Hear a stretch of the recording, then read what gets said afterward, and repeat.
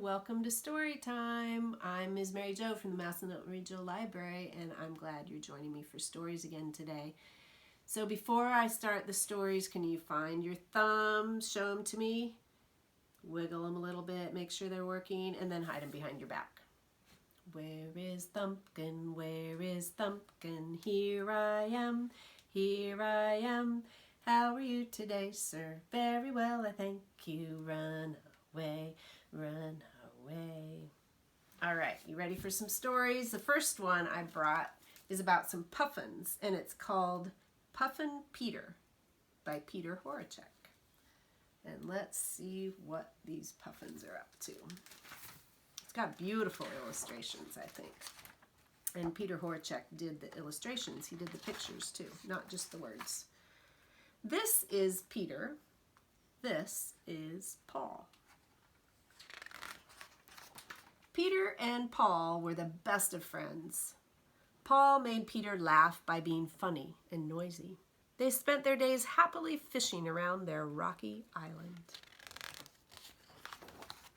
One day, while they were out diving, a storm blew up. A big, big storm. Peter was lost. He was blown far out to sea.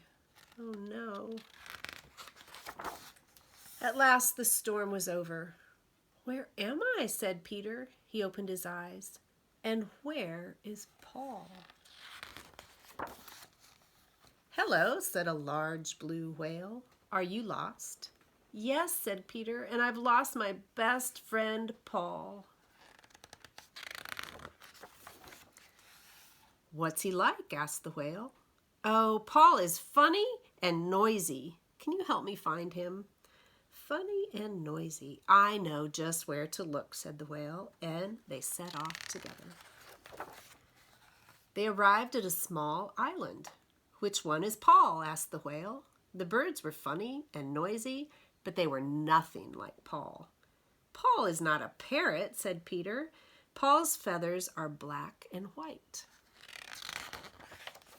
Funny, noisy, and black and white, said the whale. I know just where to look. And off they went. The place they came to was very cold. The birds were funny and noisy and black and white, but they were nothing like Paul. Paul is not a penguin, said Peter. Paul's beak is very colorful. Funny, noisy, black and white with a colorful beak, said the whale. I know exactly where to look. And they set off again. The next bird they saw was funny, noisy, black and white with a colorful beak, but he wasn't Paul. Paul is not a toucan, said Peter. Oh, we are never going to find him. Peter was sad. The whale didn't know where else to look, so they drifted across the ocean. After a few days, some tiny islands appeared on the horizon. Peter didn't even look up as they drifted closer. Look, said the whale. What's that?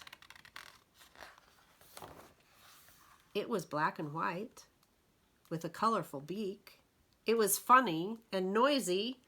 It was Paul! Peter was overjoyed.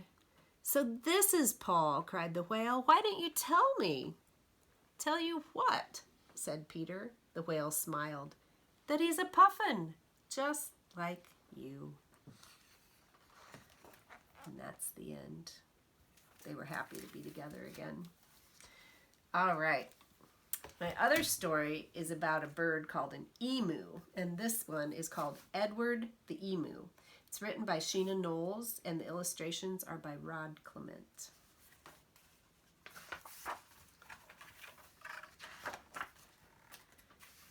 Edward the Emu was sick of the zoo. There was nowhere to go, there was nothing to do, and compared to the seals that lived right next door, well, being an emu was frankly a bore. So, that night when the zookeeper went home to bed, Edward jumped from his pen and he laughed as he said, "The seals are best anybody can tell. So tomorrow I'll just be a seal as well. The next morning at 9, when they opened the zoo, the seals were swimming, and Edward was too. He dived in the water and basked in the sun, and he balanced a ball on his beak just for fun. Well, Edward was really enjoying the day till he overheard someone behind the fence say, "The seals are always amusing, it's true, but the lion's the best thing to see at the zoo." So that night when the zookeeper went home to bed, Edward jumped from the pool and he smiled as he said, "The lion's the best anybody can tell. So tomorrow I'll just be a lion as well." The next morning at 9, when they opened the zoo, the lions were roaring, and Edward was too. He snarled at the ladies and growled at the men. Life was certainly grand for a lion in his den.